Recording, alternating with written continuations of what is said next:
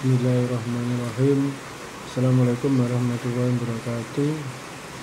Selamat bertemu kembali Bapak Ibu Guru dan teman-teman semua. Pada kesempatan kali ini saya akan melakukan pengimbasan dari materi yang sudah saya pelajari di web SIM Guru Belajar simpkb.id, yaitu di sini saya mengambil tema tentang asesmen kompetisi minimum. Ya. Jadi di web ini saya mohon Bapak Ibu Guru semuanya sering-sering aktif di dalam web ini, ya, karena di web ini menyajikan informasi-informasi atau pelajaran yang sangat baik sekali untuk mengupdate pengetahuan kita, ya. Jadi saya terlambat untuk belajar ini, jadi saya mulai daftar itu adalah mulai mengikuti ini, ya. Kemudian harapannya berikutnya saya mengikuti yang ini, semoga saya bisa bernasib baik dan bisa diterima di sini. Pada kesempatan ini mungkin saya akan membahas AKM. Jadi Bapak Menteri punya program baru untuk mengganti ujian nasional menjadi AN, asesmen nasional. Jadi secara prinsip AKM itu mungkin benar. Jadi tahapan-tahapan AKM. Jadi nanti yang pertama ada orientasi, kemudian kita ikut bintek, kemudian sekarang ke pengimbasan.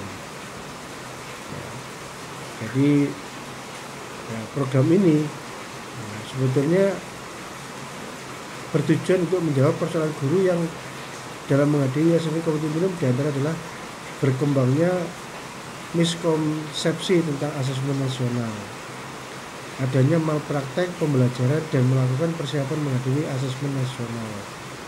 Yang ketiga, guru belum mengetahui cara membaca hasil asesmen nasional. Guru belum memahami bagaimana menindaklanjuti hasil asesmen nasional. Kemudian, apa pentingnya asesmen nasional? Ya. Jadi di sini intinya begini. Jadi asesmen nasional adalah untuk peningkatan mutu sistem pendidikan yang ada di Indonesia. Nah, jadi ini sebuah upaya, ya, mungkin istilahnya pencapaian pendidikan kita di tahun-tahun sebelumnya itu dirasa masih minim. Akhirnya ini adalah sebuah upaya untuk melakukan peningkatan mutu sistem pendidikan kita, ya. Jadi nanti yang dinilai di abad yang 21 itu ada kecakapan belajar dan berorientasi, kecakapan menggunakan teknologi informasi, kecakapan hidup untuk bekerja dan berkontribusi pada masyarakat. Ini yang kita butuhkan di abad 21. Kemudian ini latar belakang bisa dibaca. Kemudian kecakapan itu berkaitan asesmen nasional dengan kecakapan abad 21 dan profil pelajar Pancasila. Jadi nanti diharapkan ini adalah goal kriteria adalah kompetensi siswa.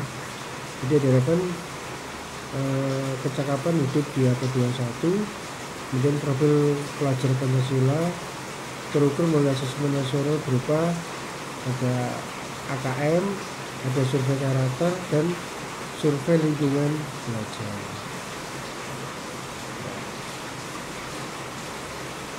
Ini adalah binteknya, konsep, manfaat. Ini membandingkan asesmen nasional dengan ujian nasional.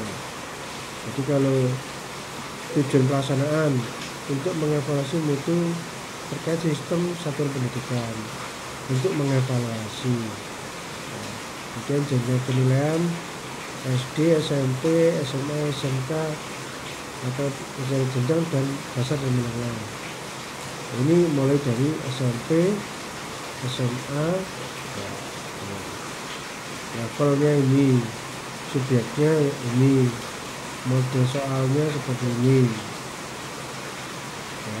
Di sini modelnya pilihan ganda mencoba menyediakan isian singkat dan uraian.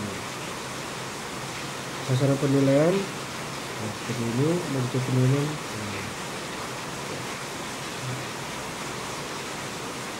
hari ini menggunakan asesmen nasional dengan ujian nasional. Asesmen nasional bukan pengganti ujian nasional.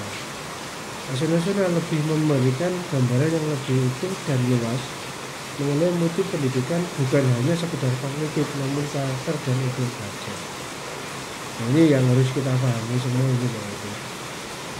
Kemudian evaluasi nasional, bentuk teknis, kriteria,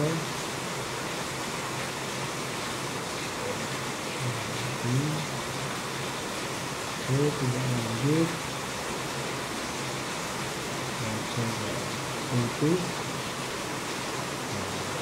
mungkin ini buat ringkasan. Asesmen kompetisi minimum, jadi konsepnya adalah mengukur kompetensi mendasar, literasi membaca dan numerasi siswa. Survei karakter dengan mengukur sikap, nilai, kira-kira kebiasaan yang mencerminkan karakter siswa. Survei lingkungan belajar yang mengukur kualitas beberapa aspek input dan proses belajar mengajar di kelas maupun di tingkat sekolah. Oke, ini sama dengan tadi.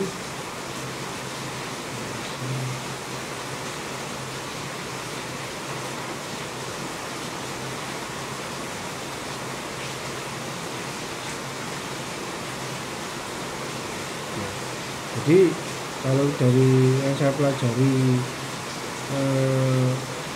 di sini, saya bisa menyimpulkan bahwa AKM itu hampir sama untuk mengukur adalah karakteristik peserta didik kita. Jadi pada saat kita menentukan metode pembelajaran, nanti bisa disesuaikan dengan hasil AKM. Jadi siswa saya ini hasil AKM-nya seperti apa, kemudian kita sebagai guru mengambil langkah-langkah untuk proses pembelajaran yang sesuai dengan kondisi siswa seperti apa. Nah, jadi terutama di model pembelajaran yang kita lakukan. Mungkin itu sedikit pengibasan tentang AKM.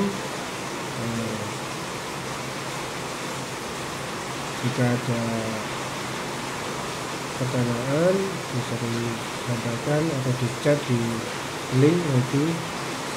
Terima kasih atas perhatiannya. Wassalamualaikum warahmatullahi wabarakatuh.